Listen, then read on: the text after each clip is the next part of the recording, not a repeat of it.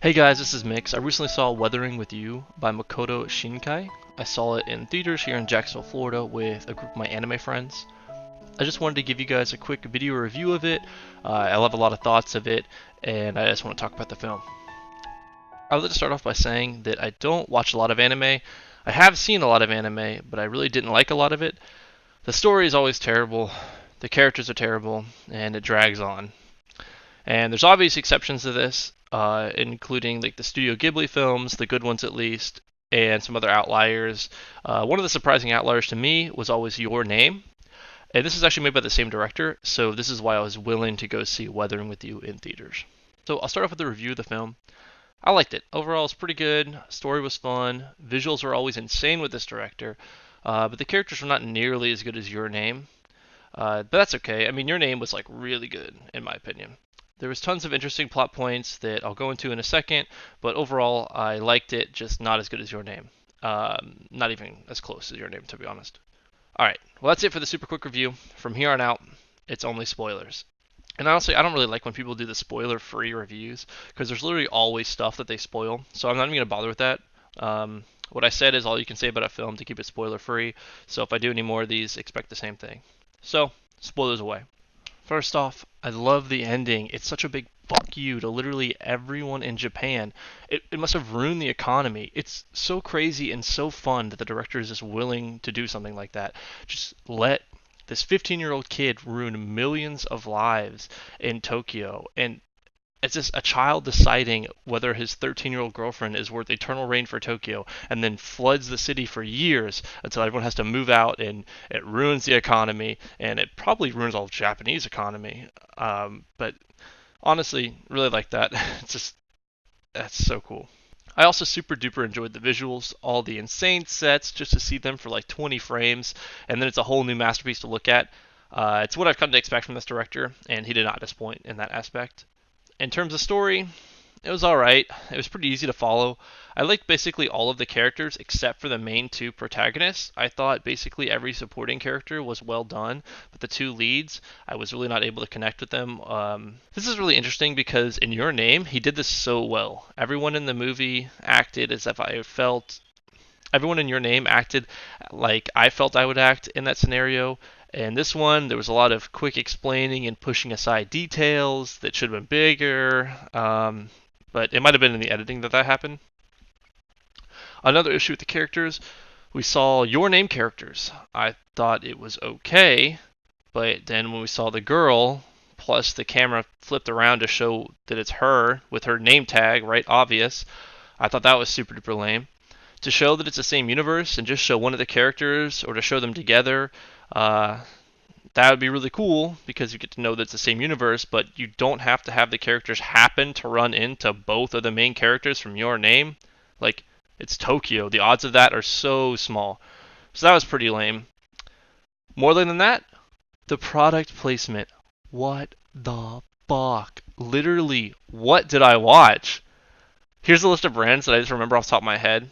McDonald's, Forever 21, Apple, Pepsi, Nissan, Top Ramen. I mean, at one point there was legitimately a 7-minute McDonald's ad in the middle of the film. Here's how it played out. I saw McDonald's, the MC in the background, and I thought, oh, and if you look closely, you can see the protagonist, like he's in a fast food restaurant. And I thought, oh, that's pretty interesting. I wonder if like they paid for that or if it's just like a subtle thing. And then boom, massive, a slow establishing shot panning down. It says McDonald's. I mean, really, like legitimately, I laughed out loud in the theater. I had to think to myself that there's nothing more ridiculous than what I just saw there. That big, slow panning shot. They can't outdo that. And then they did. Then they had the audacity to set down this Big Mac box. It's a Big Mac box in front of the kid, and it has all these McDonald's logos over across it. And then they open it up. The main character opens it up, and then it's like the burger goes, swells up, and it's like it's the best looking burger ever, of course, right? So the character, he picks it up, he takes a bite, he goes, and he yells, "This is the best burger I've ever had in my life!" My jaw hit the floor. How could they be so shameless? McDonald's must have paid for the entire film for them to do that. It's so crazy that a director would just let that get in his film. They must have handed out crazy cash for a director to put that into their passion piece. This is so crazy to me. Finally, I really enjoy the universe, and I like that it's all the same universe. I do like that a lot. I think the way they did it was a little lame, but I do like that it is the same universe. I like how he plans on making more films in the same universe. I hope that he keeps upping the ante for the next one, and they just like explode the moon or some shit, because I love that he's totally okay with just destroying his environment that the universe takes place in. I think it separates it from traditional like cheesy anime love stories. Now there's like real consequences to like the stupid decisions characters are making, and maybe they don't have to deal with it. Maybe they do. It's just interesting. I also really like that it makes this like challenge or these like traps that the writer now has to write around. So he has to deal with the whole Tokyo being flooded for the next film, and then if he does something else, he's gonna have to deal with that for the next film. And I really like if it just keeps piling up and all this stuff. The director said he wanted to make a film for Americans, and I think he definitely succeeded. If making a film for Americans means guns, McDonald's, and caring about your own individuality and self-interest over others. It was pretty fun, though. I like the random floating fish things. I like the angry water god. I like the random things that didn't make sense. Just water creatures. I think those are cool.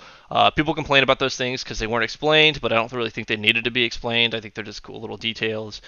In conclusion, I would recommend this film, but I might make my own edit to the film to help some flow and not create weird holes, and I would cut lots of unnecessary advertising. So I might like do like my own little release of the film, which could be fun. I know they did it for Star Wars. Some fans did that. I thought it was really funny how he said he wanted to make a film for Americans, and then this film had like guns all over it. But that's all that I had to say about this film. Just wanted to talk about it. Overall, I liked it. Definitely not as good as Your Name, but I like that what's to come. I'm very hopeful. All right, thanks for watching.